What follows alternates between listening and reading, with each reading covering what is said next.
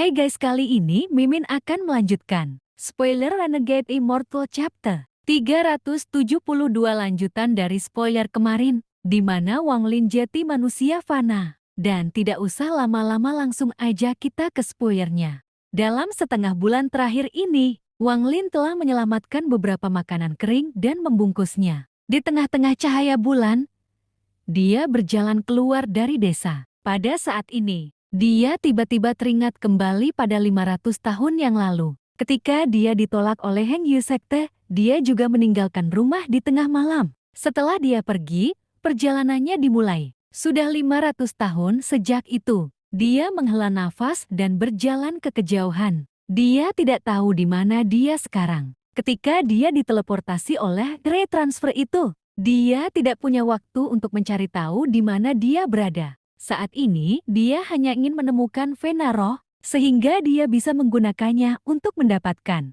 sedikit energi spiritual dan kemudian mencari cara untuk memecahkan domain dan segel yang mengganggunya. Larut malam, angin dingin bertiup dan tubuh Wang Lin menggigil. Wang Lin tersenyum pahit dan berpikir tentang berapa lama sejak dia merasa seperti manusia yang nyata. Bahkan ketika dia berubah menjadi manusia, itu tak terhitung kali lebih baik dari ini. Sepanjang jalan, Wang Lin terus kehabisan napas, jadi dia harus istirahat. Dia secara alami bepergian sangat lambat. 7 hari kemudian, dia masih berjalan di jalan utama. Meskipun dia tidak memiliki energi spiritual, dia masih bisa merasakannya. Dia memang menemukan beberapa tempat dengan energi spiritual. Tetapi tidak peduli seberapa keras dia berusaha untuk berkultivasi, dia tidak dapat mengumpulkan apapun di dalam tubuhnya. Wang Lin dengan pahit berpikir, mungkin hanya sekte-sekte lokal memiliki tempat dengan energi spiritual yang tebal. Namun,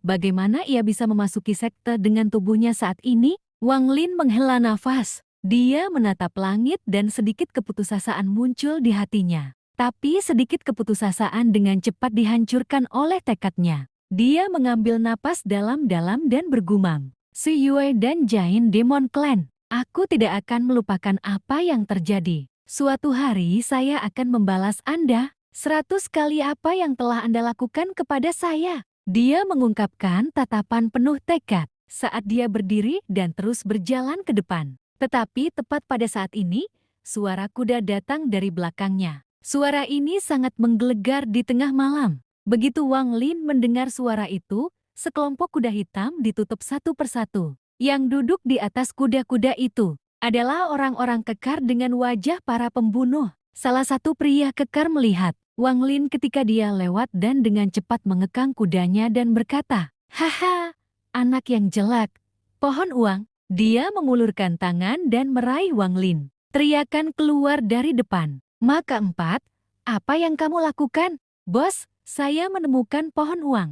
Jika kita mematahkan kaki anak jelek ini, kita bisa menggunakannya untuk memblokir kereta perusahaan pengawal Heavenly Power di jalan. Itu lebih baik daripada menggunakan saudara kita sendiri. Pria kekar dengan bekas luka pisau di wajahnya memerintahkan kuda untuk maju. Pria kekar dengan bekas luka pisau terisi, mengangkat Wang Lin dan tersenyum. Bos, lihat, mata Wang Lin tertutup. Dia sangat marah. Beberapa seniman bela diri di dunia fana dapat dengan mudah mempermalukannya seperti ini. Seorang pria yang sangat besar duduk di atas kuda di depan mereka. Dia memandang Wang Lin dan mengangguk. Oke, bawa dia. Kelompok 18 kuda berlari kencang di kejauhan. Mereka berhenti di persimpangan jalan sejauh 1.500 km. Masing-masing dengan cepat memakai topeng mereka, menyebar ke sisi jalan, dan menyembunyikan diri. Gerakan orang-orang ini sangat terampil. Jelas bahwa mereka sering melakukan hal semacam ini. Dalam sekejap mata, satu-satunya orang yang tersisa adalah pria kekar dengan bekas luka pisau, dan Wang Lin. Dia memegang Wang Lin di tempatnya. 6 kecil, singkirkan kuda saudaramu. Baru saja dia selesai berbicara, seorang pemuda kurus keluar dan mengambil kudanya. Bocah kecil, anggap dirimu tidak beruntung. Pria kekar dengan bekas luka pisau tersenyum jahat ketika dia menempatkan Wang Lin ke bawah dan membuka rahangnya. Lalu dia menyobok beberapa titik di bahu dan kaki Wang Lin dengan jarinya. Dengan beberapa suara berderak, bahu dan kaki Wang Lin hancur. Gelombang rasa sakit memenuhi tubuhnya dan detak keringat raksasa menutupi dahinya. Tatapannya terkunci pada pria kekar dengan bekas luka pisau. Dia membakar wajah pria itu ke dalam ingatannya. Pria kekar dengan bekas luka pisau mendengus. Dia mengambil beberapa pasta medis dan mengoleskannya ke Wang Lin.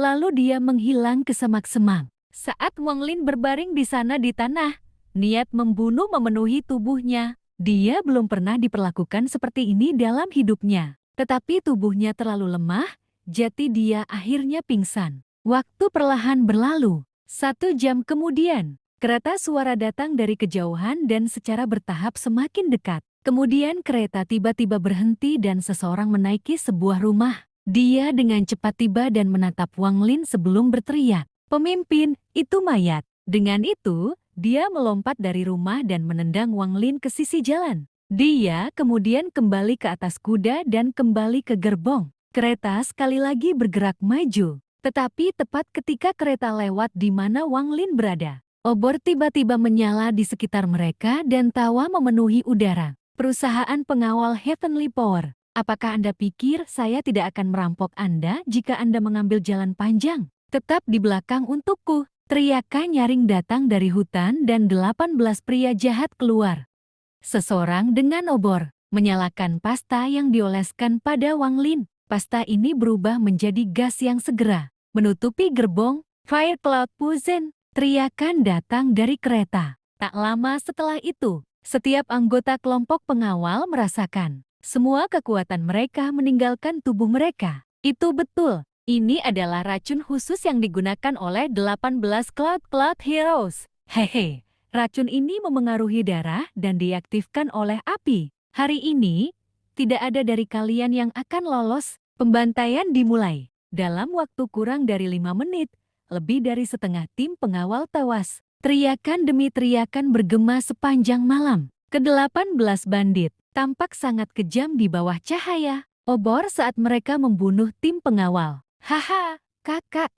Bahkan ada 3 wanita. Ini cukup bagi kita untuk bersenang-senang begitu kita kembali. Pria kekar dengan bekas luka. Pisau memotong kepala seseorang dan kemudian mengambil salah satu wanita. Wanita ini cantik, tetapi wajahnya yang berteriak pucat dan dipenuhi rasa takut. Pria kekar berseragam pisau itu tertawa. Dia menyentuh wanita itu sedikit sebelum meletakkannya di punggungnya dan membiarkannya memukulnya. 2 pria lagi dengan cepat datang dan meraih 2 wanita lainnya. Saat mereka menertawakan wanita pertama, segera kuda keluar dari sisi jalan. Pria yang sangat besar itu mengeluarkan sebuah kotak dan melihat ke dalam. Dengan ekspresi sangat puas, dia berteriak, "Saudara, ayo pergi." Orang-orang ini semua menaiki kuda mereka dan akan pergi dengan ketiga wanita yang menangis. Pria kekar berseragam pisau pergi oleh Wang Lin dengan wanita di atas bahunya dan berkata, "Bos,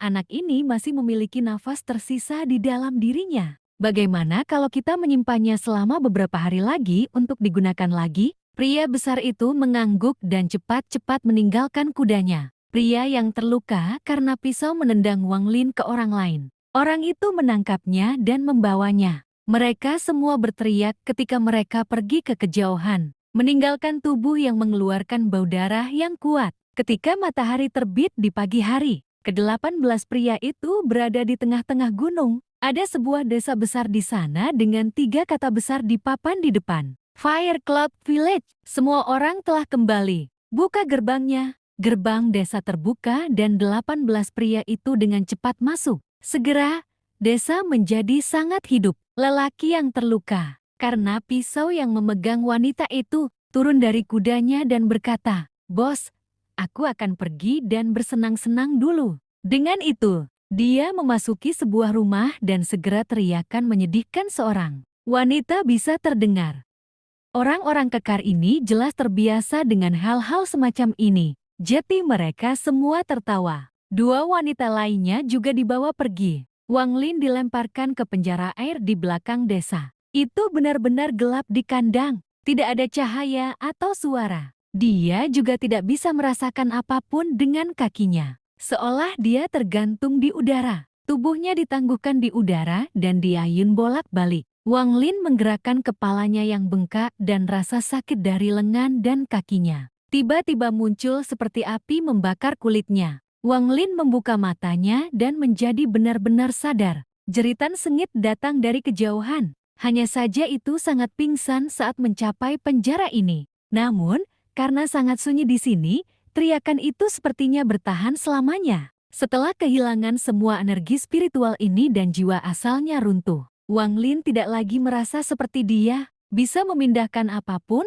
hanya dengan penampilan seperti yang dia lakukan sebelumnya. Meskipun lingkungannya benar-benar gelap, dia menyadari bahwa dia terjebak dalam ruang kecil. Lengannya diikat dan dia dibiarkan menggantung dengan tubuhnya di air dingin. Air yang dia tidak bisa melihat warna, menutupi tubuhnya hingga ke lehernya dan mengeluarkan bau busuk yang akan membuat siapapun mual. Wang Lin dengan cepat mengangkat kepalanya tinggi-tinggi sehingga dia bisa bernafas. Rasanya seperti disegel di dalam sumur. Setelah jeritan sengsara berakhir, itu sama heningnya dengan kuburan sekali lagi. Sepertinya seorang kultivator yang telah kehilangan segalanya, bahkan lebih buruk daripada manusia. Mata Wang Lin tenang. Ada sedikit amarah yang muncul dari frustrasinya, yang tersembunyi dengan sangat baik di matanya. Wang Lin yang bisa menggerakkan langit dan mengguncang bumi tidak ada lagi. Wang Lin telah kehilangan semua energi spiritualnya. Jiwa asalnya telah runtuh dan dia tidak memiliki kekuatan manusia. Dia bahkan tidak bisa membuka tas pegangannya. Dia juga kehilangan jejak tasnya. Itu pasti diambil oleh para seniman bela diri itu. Pada saat ini, sosok cantik Liu Mei terbang di atas desa awan api.